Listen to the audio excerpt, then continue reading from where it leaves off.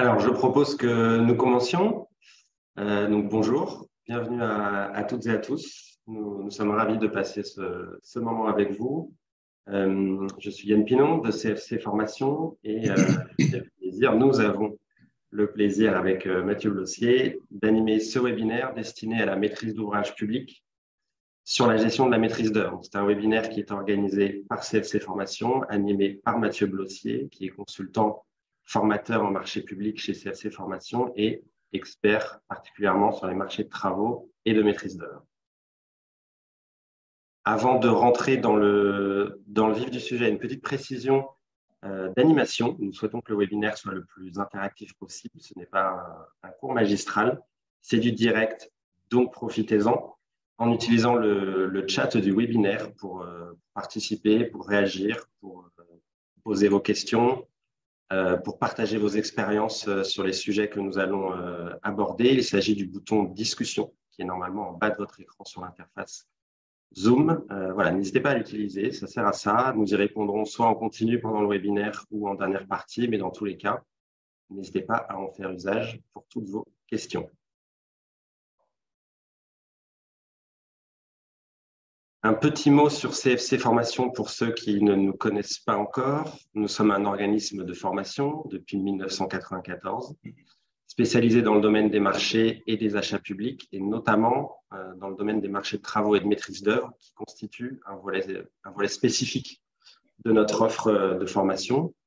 Nous proposons une offre conséquente avec plus de 170 modules de formation en présentiel ou à distance. Et bien sûr, nous proposons des formations aussi sur mesure pour répondre à des demandes spécifiques de nos clients. Et nous sommes d'ailleurs à votre disposition si besoin, n'hésitez pas. Un petit mot aussi pour faire la publicité de notre tout nouveau catalogue qui vient de sortir, donc sur notre offre de formation 2023, avec notamment plus d'une trentaine de nouveautés, dont le sujet qui est au cœur de ce webinaire ce matin, et bien sûr toujours des formations à distance, en présentiel, en France métropolitaine et dans les DOM, en inter, en intra ou sur mesure. Alors, un dernier mot avant de commencer. Pourquoi ce sujet aujourd'hui? Pourquoi on a voulu vous réunir sur ce thème? On le sait, on l'entend dans les échanges qu'on peut avoir avec nos apprenants, nos clients, nos formateurs, que la situation actuelle génère sans doute plus qu'auparavant des discussions, des tensions, voire des conflits entre la maîtrise d'ouvrage et la maîtrise d'œuvre. Et il nous a apparu opportun de consacrer un webinaire ouvert à tous sur ce sujet pour bénéficier de l'expertise, de l'expérience d'un de nos formateurs spécialistes de ce domaine. Et c'est pourquoi, sans plus tarder, je laisse la parole à notre consultant formateur, Mathieu Blossier. Mathieu, c'est à vous. Merci Yann et merci à tous d'être au rendez-vous. Donc, je suis Mathieu Blossier, je suis juriste de formation. J'ai 25 ans déjà de maîtrise d'ouvrage public derrière moi, donc dans les structures de plus ou moins grande envergure, mais le travail est toujours aussi intéressant. Mes expériences les plus significatives, ça a été la RATP, avec la possibilité de travailler sur le premier tronçon du tramway des Maréchaux, sur des pôles multimodaux, sur des prolongements de lignes, et également dans des sociétés d'économie mixte, donc celle communale en Seine-et-Marne, donc à Chelles-Avenir, dans des établissements publics d'aménagement comme l'EPA Plaine de France, qui aujourd'hui n'existe plus. Et j'ai une seconde carrière également en tant que consultant à la CET, donc, qui est une filiale de la Caisse des dépôts dédiée à l'économie mixte, justement, aux EPL, donc aux établissements publics locaux, régionaux, départementaux et communaux. Et je suis aujourd'hui en freelance, donc en tant que formateur, en tant qu'AMO, au service des maîtres d'ouvrage publics. Voilà.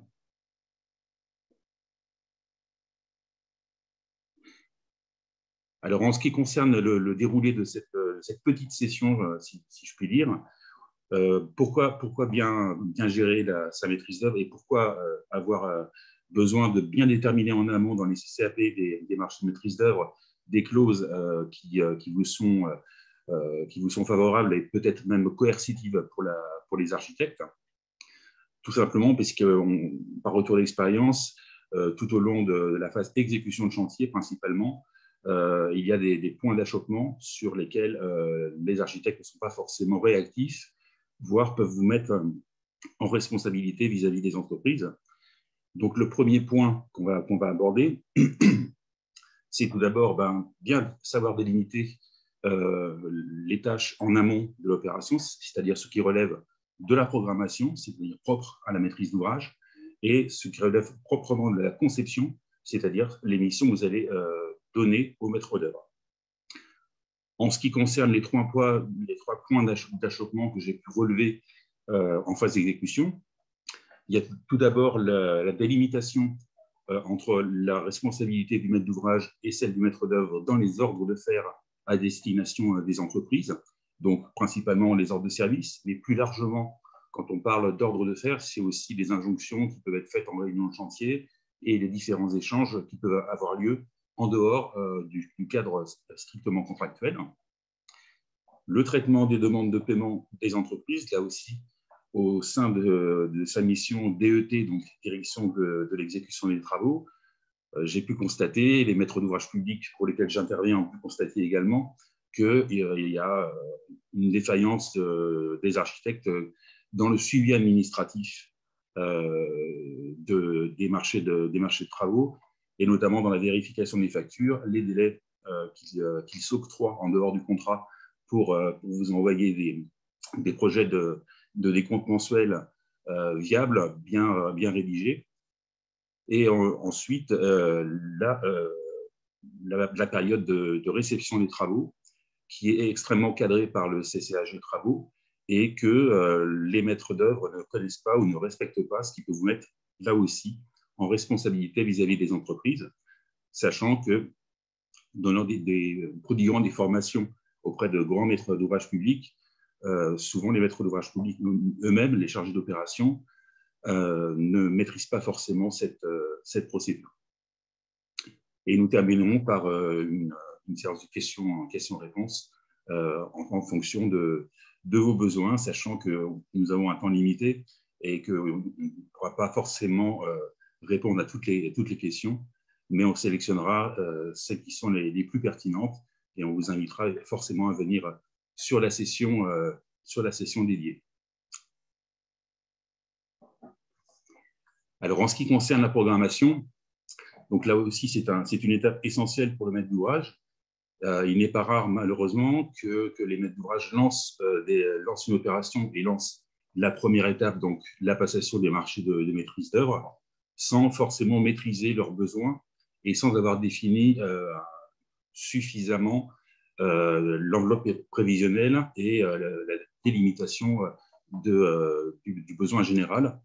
Donc, on peut se retrouver dans des problématiques où, en cours de consultation de maîtrise d'œuvre, voire même une fois que le marché est abouti, en phase travaux, à des modifications de programme drastiques qui viennent obérer en fait la base contractuelle avec la maîtrise d'œuvre et avec les entreprises.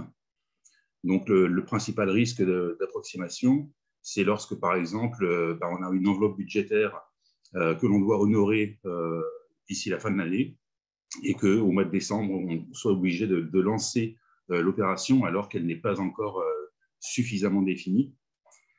Le risque d'ambivalence aussi, c'est lorsque on n'a pas suffisamment défini la solution technique, et notamment, on avait un cas d'espèce sur la liaison de deux autoroutes. On devait enjamber un fleuve, la Marne en l'occurrence, et le maître d'ouvrage avait lancé une consultation qui portait à la fois sur une solution en passant par un pont-route, donc au-dessus, et en passant par un tunnel, mais sans avoir défini exactement laquelle des deux solutions était définitive, sachant qu'il n'avait pas les moyens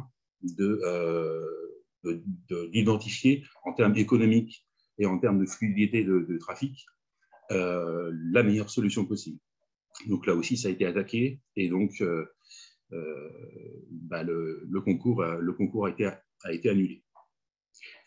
Donc, les risques de dérive sur le contrat de maîtrise d'œuvre, c'est que si on ajoute des éléments programmatiques en cours de négociation avec les candidats, peut-être que les candidats vont s'en servir et vous proposer des choses qui ne cadrent pas avec votre besoin initial. Donc, on avait l'exemple d'une Via Ferrata où il y avait deux parcours avec un parcours plutôt sportif et un parcours plutôt familial, et donc défini dans le programme. Et le maître d'œuvre a fait valoir que l'une des deux solutions n'était pas viable, donc le programme a été modifié en cours de négociation du marché de maîtrise d'œuvre, ce qui a été attaqué, et donc le concours a été là aussi annulé.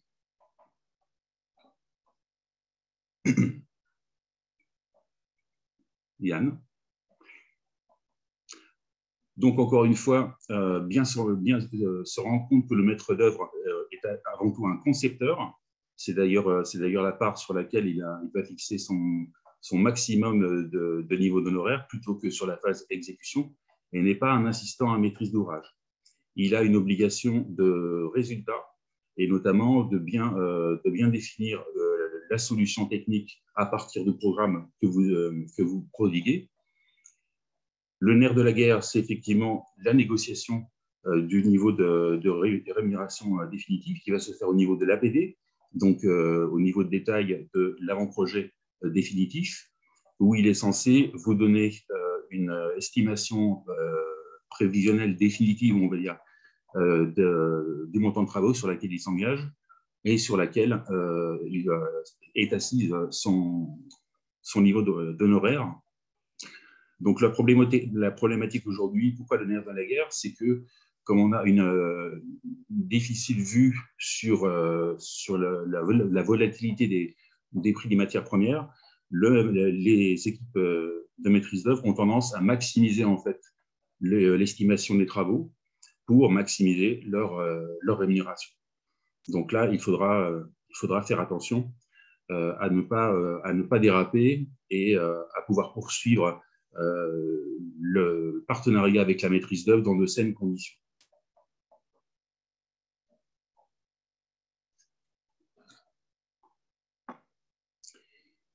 Alors justement, en phase programmation, est-ce que vous avez déjà rencontré des difficultés qui auraient eu un impact sur la maîtrise d'œuvre? Est-ce que par exemple, vous avez été dans des situations où vous deviez lancer l'opération absolument de façon absolument drastique et immédiate, en mode rétro-planning, sans avoir forcément défini suffisamment vos besoins? Ça. Alors, je pense que dans les premières minutes, l'option discussion ne fonctionnait pas, mais là, c'est actif. Vous pouvez effectivement l'utiliser. On a une remarque de quelqu'un sur le cadre de la démolition. Alors, je ne sais pas si vous pouvez en dire plus ou si Mathieu, vous avez une expérience ou une remarque particulière sur le cadre de la démolition pour la phase de programmation. Alors, pas forcément démolition, moi c'est plus dans la construction, un retour d'expérience assez récent sur un campus universitaire qui va se créer. Donc, en l'occurrence, il a été décidé en cours de négociation de la phase maîtrise d'œuvre d'ajouter un gymnase et un parking en sous-sol qui n'était pas prévu dans le programme initial. Donc, ça a été un petit peu problématique au niveau de la négociation, puisque le maître d'œuvre s'en est un petit peu donné à cœur joie, notamment parce que ça lui faisait un montant d'honoraires supplémentaire, mais également parce qu'il devait recruter en sous-traitance, puisque le groupement était déjà formé, un bureau d'études spécialisé dans les VRD, dans la voirie. Alors, je vois dans le chat. Oui, on commence à avoir quelques retours d'expérience. Un dossier pro remis le jour de la publication, malgré de nombreuses relances. Un dossier pro remis le jour de la publication. Oui, alors peut-être que vous pourriez, Monsieur Tellier, préciser votre propos. Je vois aussi dans les attendus du permis de construire des modifications non prévues dans le programme initial. Effectivement, là aussi, ça pose forcément problème, mais peut-être que c'est votre maître d'œuvre qui vous a un peu poussé à ajouter des prestations qui n'étaient pas forcément attendues au départ. Il y a aussi une remarque sur l'accès aux bâtiments difficiles, je pense, pour pouvoir faire Alors, l'information ou vérifier l'exécution du chantier. non, on n'est pas encore en phase On a des d'exécution, points. on est vraiment en phase conception. Et effectivement, c'est assez surprenant, mais peut-être que l'accès au bâtiment, peut-être que vous n'aviez pas la maîtrise foncière, ou peut-être tout simplement que vous travaillez pour un utilisateur final qui n'était pas vous, maître d'ouvrage. Si vous pouvez nous en dire plus.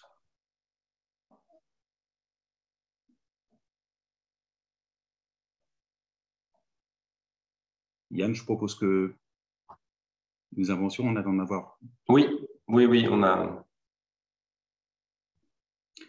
Alors, j'ai relevé encore par retour d'expérience trois points d'achoppement en phase d'exécution. Donc, tout d'abord, la répartition des responsabilités entre maître d'ouvrage et maître d'œuvre sur les ordres de fer, et notamment sur les ordres de service. Donc, on a aujourd'hui beaucoup plus de précision avec les CCAG version 2021 que 2009.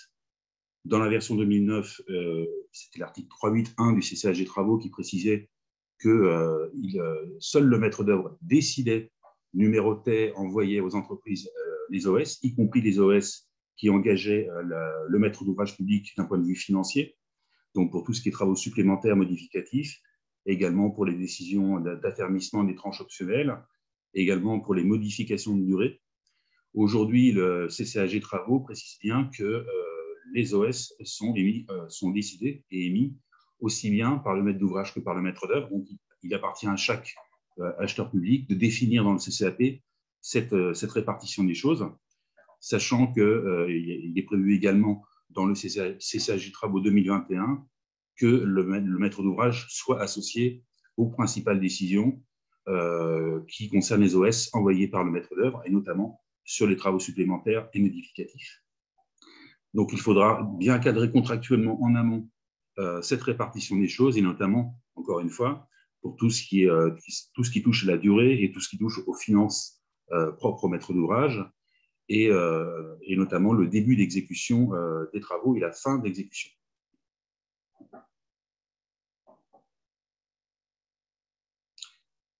Alors, toujours au titre de sa mission DET, Direction de l'exécution des travaux, il n'y a pas simplement le suivi du chantier, il y a également le suivi administratif des marchés de travaux, et plus particulièrement le traitement des factures, donc le traitement des demandes d'acompte mensuel envoyées par les entreprises.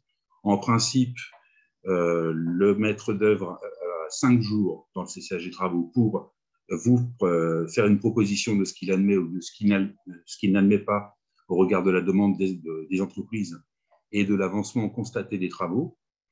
Généralement, il ne le fait pas dans les 5 jours, loin de là, et il peut vous envoyer une facture qui soit biffée, sans explication. Donc, je pense qu'il faudrait mettre peut-être une pénalité particulière dans le CCAP du marché de maîtrise d'œuvre assez coercitive et d'applicabilité immédiate pour que le maître d'œuvre respecte cet engagement, puisque le délai de paiement qui vous est imparti court à compter de la date de la réception de la facture chez le maître d'œuvre. Donc, s'il ne se mobilise pas dans les 5 jours, voire s'il se mobilise dans les 25 jours, ce qui arrive souvent, mine de rien, il ne vous reste plus que 5-10 jours pour honorer vos paiements, sachant qu'au sein de vos structures, il y a peut-être un système de validation des factures, et donc pour honorer les paiements qui ne vous permettent pas, en 5 ou 10 jours, de respecter ce délai.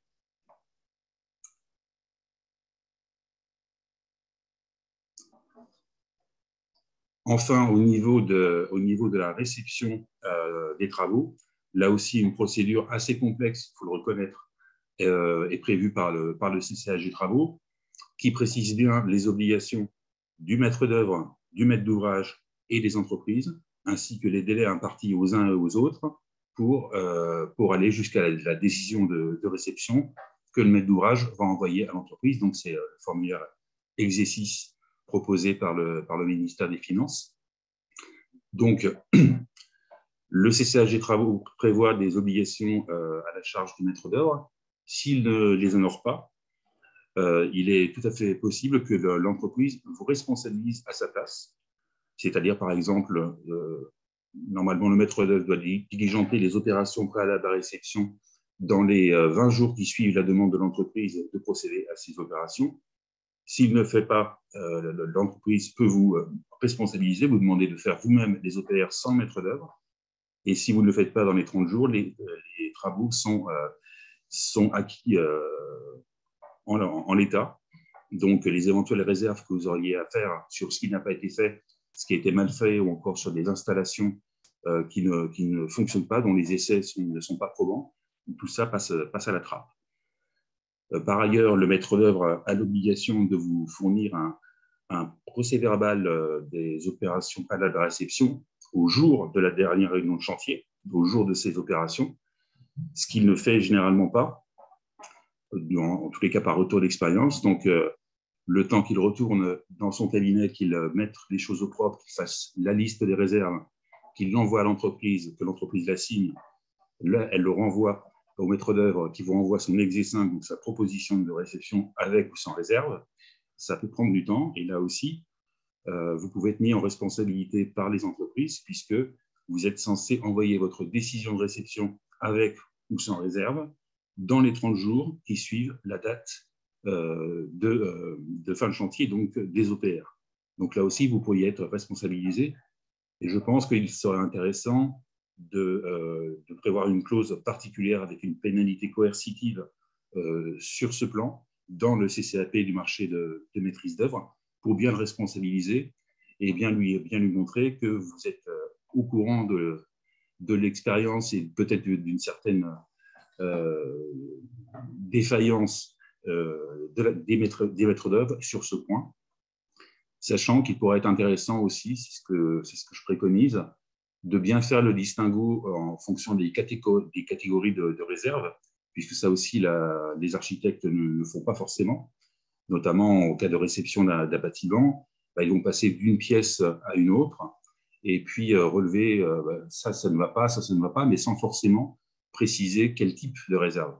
C'est-à-dire, on a une réception sous réserve, donc les sous-réserves, c'est ce qui n'a pas encore été fait, ou encore les installations non probantes, et on a une réception avec réserve. Donc avec réserve, c'est tout ce qui touche les imperfections et les malfaçons sur ce qui a déjà été rendu. Donc la distinction a un intérêt, c'est que ce type de réserve, donc sous réserve et avec réserve, ne se laisse pas de la même façon. C'est-à-dire que le contrat va continuer à courir, le contrat avec l'entreprise, jusqu'à ce qu'elle n'ait pas levé les sous-réserves, donc ce qui n'a pas été fait, et les installations non efficientes, alors que lorsqu'on est dans une réception avec réserve, c'est-à-dire pour les imperfections et malfaçons, le contrat s'arrête à la décision de réception. D'autre part, lorsqu'on est dans une réception sous réserve, les sous-réserves, donc ce qui n'a pas été fait, et les installations non probantes, dans le silence du marché, et selon le CCAG travaux, l'entreprise a un maximum de 3 mois à compter de votre décision de réception pour lever ses réserves, alors que pour les réceptions avec réserve, c'est-à-dire les imperfections et malfaçons, elle a dans le silence du contrat 9 mois à compter de votre décision, donc dans le délai de garantie de parfait achèvement, pour lever ces imperfections. Donc il est très important que le maître d'œuvre, dans l'annexe qu'il va mettre au procès-verbal des opérations préalables à réception, distingue les réserves en fonction de leur catégorie. Et on peut notamment lui imposer dans le CCAP un code couleur. Donc, par exemple, en bleu, tout ce qui est sous réserve, et en rouge, tout ce qui est avec réserve, afin de bien distinguer les deux et que vous ne soyez pas mis en défaut lors de la période de garantie de parfait achèvement. Donc voilà, il y a beaucoup d'outils contractuels qui peuvent être inventés en complément du CCAG travaux et de la procédure qu'il prévoit pour justement faire face à une défaillance du maître d'œuvre dans sa façon de faire et dans le respect des délais propres aux opérations préalables à la réception.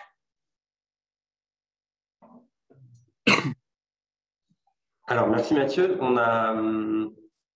On a un certain nombre de questions, donc c'est très intéressant. On a aussi des remarques ou des demandes de précision ou des compléments. On va essayer de traiter tout ça. On a une première question concernant la rémunération. Donc, sur la rémunération, on a plusieurs questions.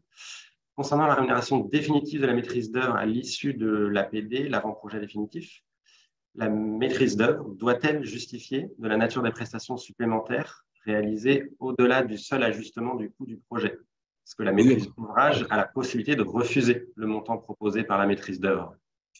absolument. On est de toute façon dans un cadre contractuel où le maître d'ouvrage est le donneur d'ordre, donc c'est lui qui paye. Le maître d'œuvre pour avoir des études suffisamment abouties. Si effectivement il y a des ajouts, alors qui peuvent être proposés effectivement par la maîtrise d'œuvre, alors des ajouts qui seraient des ajustements du programme par rapport à une réglementation qui aurait évolué ou ce genre de choses, ils doivent le justifier euh, d'une façon très précise. Et vous ne devez pas signer l'avenant APD, donc qui va fixer le forfait de rémunération définitive, sans avoir eu toutes les justifications possibles quant aux demandes du maître d'œuvre. Ça peut être aussi, par exemple, des études complémentaires. Le maître d'œuvre est censé vérifier les études que vous lui avez fournies lors de la consultation, notamment les études de sol, notamment les études des diagnostics plomb et amiante. S'il pense, et c'est son devoir de conseil, quand bien même ce n'est pas inclus dans le contrat, s'il pense qu'il y a des investigations complémentaires à faire et donc qui vont peut-être obérer le coût des travaux et donc le montant de sa rémunération, il doit vous en apporter toutes les justifications. D'accord. On a aussi une question sur les factures. Pouvez-vous préciser le cas où le maître d'œuvre est défaillant dans la transmission des factures? Alors, en principe, le maître d'œuvre reçoit les factures via Chorus Pro pour la plupart d'entre vous, donc le logiciel dédié aux facturations des acheteurs publics. Il a en principe 5 jours, encore une fois, pour vous transmettre sa proposition après vérification des factures. S'il ne le fait pas, l'entreprise a la possibilité de vous demander de vérifier vous-même les factures. Donc finalement, ce n'est pas votre rôle en tant que maître d'ouvrage. Et puis d'autre part, vous payez quand même le maître d'œuvre pour qu'il fasse ce travail. Et d'une façon un peu systématique, hein, j'appuie sur ce point, les maîtres d'œuvre ont tendance à vous renvoyer des factures, déjà pas dans les 5 jours, à compter de la réception chez eux de la facture, mais aussi de ne pas vous apporter des détails sur ce qu'ils ont biffé sur la facture, pour quelles raisons ils ont revu à la baisse la demande de l'entreprise. Donc là, vous êtes obligé de les relancer. Et encore une fois, vous avez un délai de 30 jours pour la plupart d'entre vous pour payer à compter de la réception, non pas de la proposition du maître d'œuvre, mais de la facture de l'entreprise chez le maître d'œuvre. 30 jours pour honorer vos délais de paiement. Et vous pouvez être mis en défaut et donc avoir à vérifier vous-même, avec vos services comptables, la véracité du montant qui est proposé par l'entreprise. Donc là aussi, ça fait partie de la mission DET, direction de l'exécution des travaux. Les architectes, ça ne les intéresse pas beaucoup, cet aspect de leur mission, mais c'est quand même contractuel. Et c'est d'ailleurs un des éléments de la mission DET codifié dans le code de la commande publique. Et donc, il faut savoir le faire respecter. Je pense que mettre une pénalité pour non-respect du délai de 5 jours pour transmission du maître d'œuvre au maître d'ouvrage d'une facture vérifiée de façon définitive et viable, c'est un moyen d'appeler leur attention sur cet aspect de leur mission. Et je pense également, sachant qu'aujourd'hui, on a la possibilité d'appliquer les pénalités d'une façon plus juste, je pense que cette pénalité, il faudrait l'appliquer dès la première transmission de factures avec des délais qui ne seraient pas honorés, pour montrer qu'en tant que maître d'ouvrage, vous êtes vigilant sur cet aspect de la mission du maître d'œuvre. Merci Mathieu. On a une question sur le traitement des situations quelle est la position de l'OPC entre maîtrise d'ouvrage et maîtrise d'œuvre pour le traitement des situations? En principe, l'OPC, donc l'OPC, pour rappel, c'est une mission de maîtrise d'œuvre annexe, complémentaire, qui ne fait pas partie de la mission de base. Donc, OPC, ordonnancement, pilotage et coordination. L'OPC n'a pas de rôle à jouer, en principe, dans la vérification des factures. C'est effectivement l'OPC peut être soit rattaché à la maîtrise d'œuvre, donc là, effectivement, c'est le groupement de maîtrise d'œuvre qui est responsable à la fois de la vérification des factures et du cadencement, du chantier, mais parfois sur de grosses opérations, il peut être plus intéressant et plus utile d'avoir un OPC externe qui soit complètement responsabilisé sur la conduite du chantier et sur le respect du calendrier détaillé qui a été signé par toutes les entreprises au moment de la période de préparation du chantier. Alors, la différence à faire entre le maître d'œuvre au sein de sa mission DET, direction de l'exécution des travaux, et d'autre part la mission OPC, donc ordonnancement, pilotage et coordination, et parfois la différence est parfois difficile à saisir quand on a une dérive de calendrier. Est-ce que c'est la responsabilité du groupement de maîtrise d'œuvre ou est-ce que c'est la responsabilité de l'OPC? Donc, le maître d'œuvre, lui, n'a pas d'obligation d'être tous les jours sur le chantier.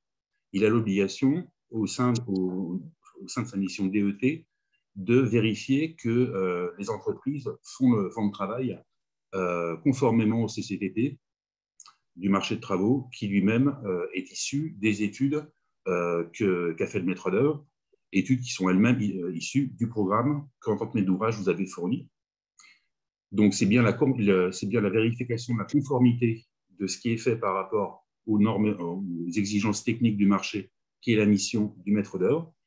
L'OPC, lui, n'a d'obligation que tout d'abord en amont de fournir en collaboration avec le maître d'œuvre un calendrier prévisionnel qui sera mis dans le DCE des marchés de travaux. Et ensuite, une fois que ce programme sera rendu définitif et donc signé par les entreprises, de bien vérifier le cadencement et l'agencement des tâches tout au fil du chantier. Mais par contre, encore une fois, l'OPC, en principe, n'a pas de rôle à jouer dans la vérification des factures. Très bien. On a une question, je pense que vous y avez partiellement répondu, mais peut-être un besoin de précision sur un participant qui nous explique pour tenter de cadrer le maître d'œuvre, ajouter comme élément contractuel le CCAG travaux pour les tâches qui incombent spécifiquement à la maîtrise d'œuvre. Et la personne nous demande, est-ce que c'est solide contractuellement? Ah oui, absolument. À partir du moment où vous rendez le CCAG travaux contractuels, alors sachant que les CCAG, quel que soit le type de prestation, ne sont jamais obligatoires. Contrairement à une idée reçue, on les rend contractuels à partir du moment où on les vise dans le CCAP du marché, généralement à l'article 2, donc, qui liste les pièces contractuelles, mais ce ne sont jamais des documents qui sont obligatoires pour les acheteurs publics soumis au code. Mais à partir du moment où on a rendu contractuel le CCAG, tout ce qui est contenu, et notamment tout ce qui concerne l'intervention du maître d'œuvre vis-à-vis des entreprises, est obligatoire. Alors, je vois également une question de Mme Perlot sur sans avec réserve, sans détailler. Alors, peut-être que vous souhaitez que je revienne justement sur la différenciation. Si vous regardez bien le formulaire exercice, qui est donc la décision du maître d'ouvrage de réceptionner la décision adressée aux entreprises, on a deux cases. Donc, on a la réception sous réserve. Alors, on a d'abord la réception sans réserve. Donc là, on est le maître d'œuvre et le maître d'ouvrage considèrent que l'ouvrage est complètement abouti. On a une réception sous réserve, donc une seconde case, et une réception avec réserve, donc une troisième case. Encore une fois, la différenciation entre les deux. Lorsque j'ai une réception sous réserve, il s'agit non pas des imperfections et malfaçons, ça c'est avec réserve, mais de choses que vous constatez au moment de votre décision de réception, les choses qui n'ont pas encore été faites, donc des éléments de bâtiment ou de génie civil qui n'ont pas encore été réalisés, et d'autre part des installations comme une installation de chauffage, par exemple, sur lequel, au moment des OPR, vous n'avez pas pu faire des essais ou que les essais n'étaient pas probants. Donc ça, c'est une réception sous réserve. Ce qui signifie dans ce cas-là que lorsque j'envoie ma décision de réception sous réserve à l'entreprise en tant que maître d'ouvrage, le contrat va perdurer, donc il va continuer jusqu'à ce que ce type de réserve soit levé. Et c'est seulement à l'issue de la constatation de cette levée de réserve que le contrat va s'arrêter et que va courir la période de garantie de parfait achèvement d'1 an. Par contre, si je suis dans une réception avec réserve, ça ne concerne simplement que des imperfections et des malfaçons qui sont constatées au moment des OPR. Et là, le contrat s'arrête au jour de votre exercice, c'est-à-dire au jour de votre envoi, de l'envoi de votre décision de réception avec réserve à l'entreprise, avec pour conséquence donc le début des périodes de garantie, garantie de parfait achèvement, garantie de bon fonctionnement, donc de 2 ans à compter de la décision de réception, et de la garantie décennale, donc la garantie qui couvre les dommages qui vont affecter la structure et rendre l'ouvrage impropre à sa destination, qui donc, par définition, court sur 10 ans. Et en cas de défaillance technique du maître d'œuvre, on a une question sur les pénalités qui peuvent être appliquées en dehors des pénalités plus classiques de retard ou de traitement des acomptes. Alors justement, je pense qu'il faut mettre des pénalités là où ça achoppe par retour d'expérience, toujours encore une fois sur les factures. Donc le respect du délai de 5 jours pour vérification des factures par le maître d'œuvre, 5 jours à compter de la réception chez lui de ces demandes de paiement des entreprises. Donc là, je pense qu'il faut mettre une pénalité particulière et particulièrement coercitive et l'appliquer dès le début du contrat, encore une fois. Également, des pénalités au niveau de la réception sur le respect des 20 jours dans lesquels le maître d'œuvre est censé faire les opérations préalables à réception à compter de la demande qui est faite par les entreprises. Voilà, c'est sur ce type en fait de défaillance ou d'errement de la part du maître d'œuvre qu'il faut appuyer. Il y a également d'autres pénalités en phase conception. Là aussi, les pénalités de retard, mais notamment pour le rendu des différentes études, donc esquisse, APS, APD. Donc là, il y a des pénalités de retard qui ne sont pas propres au chantier. Et un des enjeux justement de cette formation que CFC propose, c'est justement d'avoir des exemples de dérogation ou d'ajustement du CCAG, donc des exemples de clauses à intégrer dans le CCAP de maîtrise d'œuvre.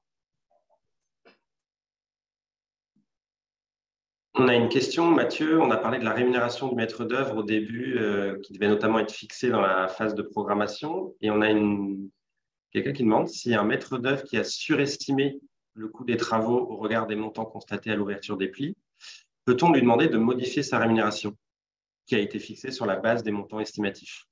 Alors oui, on peut lui demander, mais là encore, ce sera une histoire de négociation. C'est-à-dire qu'à partir du moment où on a signé l'avenant 1 APD qui fixe le montant de rémunération définitive du maître d'œuvre sur la base du montant estimatif des travaux qu'il a fait, on s'engage finalement. On a, en tant que maître d'ouvrage, la nécessité de vérifier que justement le montant des travaux estimés par le maître d'œuvre n'est pas surestimé. Et si on signe l'avenant en l'état, par contre, derrière, on ne pourra revenir sur le forfait de rémunération du maître d'œuvre que par avenant, c'est-à-dire avec son accord qu'il signe cet avenant. C'est pour ça que je parlais de nerf de la guerre au niveau de l'APD. C'est une vraie négociation et qui, encore une fois, aujourd'hui, est rendue difficile par effectivement une surestimation du coût des travaux par les maîtres d'œuvre qui, en fait, se laisse une marge en fonction de l'évolution du prix des matériaux sur lequel il n'a pas forcément la main. Donc, il faut effectivement savoir jauger, voire mettre dans le contrat de maîtrise d'œuvre une clause de réexamen, c'est-à-dire lorsque on prévoit en fait que si le prix des matières premières flambe au-delà des indices de révision à X% du montant estimé, on prévoit de se revoir pour tirer les conséquences financières et techniques de cette flambée des prix, qui était imprévisible au moment de la passation du contrat et au moment de la passation et de la signature de l'avenant 1 au niveau de l'APD.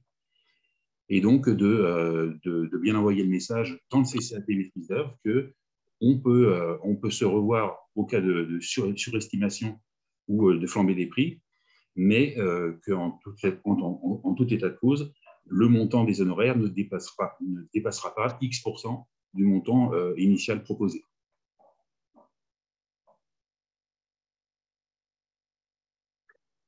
Merci Mathieu. Peut-être une dernière question avant de… Alors, on a reçu beaucoup de questions. Merci beaucoup déjà pour votre participation très active. On ne va pas pouvoir répondre à toutes ces questions, c'est normal. Ça tombe bien, on a une formation dédiée sur le sujet. Mathieu, je vous laisse la présenter en quelques mots, parce qu'effectivement, vous avez beaucoup de questions et on a une formation dédiée qui est une nouveauté qu'on vient de lancer. Alors, encore une fois, le but de cette formation, qui est assez condensé, c'est de bien cibler les points d'achoppement en phase DET, donc en phase exécution du marché maîtrise d'œuvre et en phase d'exécution de chantier. Donc, bien viser notamment les 3 points que nous venons de voir, c'est-à-dire la répartition des décisions envoyées aux entreprises entre le maître d'ouvrage et le maître d'œuvre, la vérification des factures des entreprises qui engagent le maître d'ouvrage à respecter ses délais de paiement, et puis un gros focus en ce qui concerne le processus de réception et les obligations du maître d'œuvre. Et donc, sur ces 3 points notamment, apporter des solutions pratiques, donc des propositions de rédaction au CCAP, tirer de retours d'expérience et tirer également de la jurisprudence. Donc, avec aujourd'hui une tendance de la jurisprudence à limiter, par exemple, le montant des pénalités à environ 25% du montant hors taxe initial du marché, avec également cette obligation auquel dérogent déjà beaucoup de maîtres d'ouvrage d'un plafonnement des pénalités à 10%, des pénalités de retard à 10% du montant hors taxe de l'élément de mission considéré. Donc voilà, c'est le but, c'est une formation pratico-pratique pour les personnes qui se sentent concernées justement par des problématiques rencontrées de façon récurrente en phase chantier avec les architectes. Très bien, merci beaucoup Mathieu. Et je profite de la dernière minute qui nous reste avant de vous laisser. Je profite aussi en voyant le nombre de participants. Déjà, vous étiez près de 150. On a reçu beaucoup de questions, certaines qui dépassent un peu le cadre spécifique de ce webinaire ou même de notre formation dédiée, notamment sur le nouveau CCAG travaux. Donc voilà, pour vous rappeler, comme je le disais en introduction, à cette formation, on a une offre dédiée au marché public spécifique sur les marchés de maîtrise d'œuvre et les marchés de travaux. Ici, vous avez un exemple de 4 modules de formation que nous proposons avec des dates en début 2023, donc notamment sur la pratique du nouveau CCAG travaux, sur les fondamentaux des marchés publics de travaux, les marchés de maîtrise d'œuvre bien sûr, et le CCAG de maîtrise d'œuvre. Donc, n'hésitez pas à regarder notre site internet, télécharger notre catalogue, regarder toutes les nouveautés qu'on a lancées pour 2023 et bien sûr à nous contacter si vous avez des questions, des besoins d'informations pour en savoir plus, des demandes sur mesure. On est à votre disposition. Merci beaucoup de votre présence. Merci beaucoup Mathieu. Merci à tout le monde. Et puis au plaisir de vous avoir en formation. Tout à fait, à très vite. Vous allez recevoir de toute façon un mail avec le replay et toutes les informations correspondantes. Merci beaucoup et bonne journée. Très bonne journée.